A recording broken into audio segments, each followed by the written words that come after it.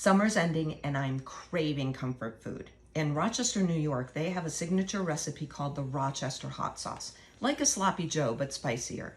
It was created to be poured over what they call a garbage plate. No kidding.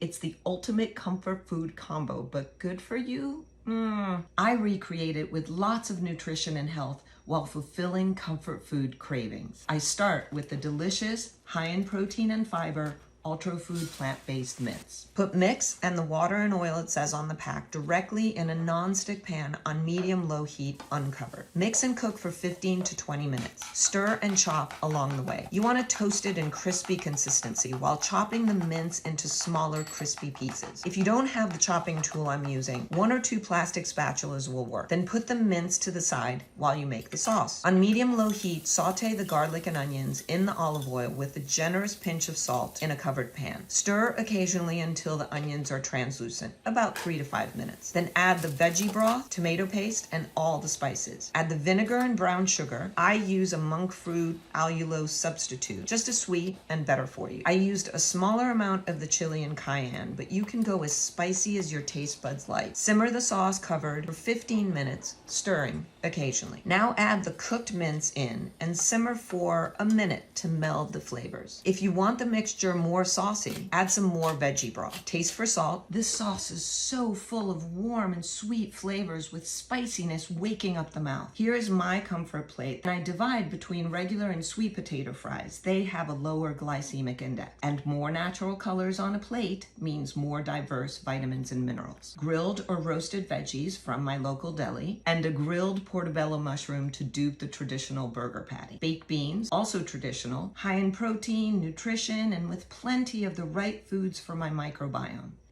Yum. So tasty and comfort foody. It feels bad for me while it's really great for my health. And being plant-based, it's also great for the planet. Like, subscribe, and share. I'll see you again with more Altro food recipes.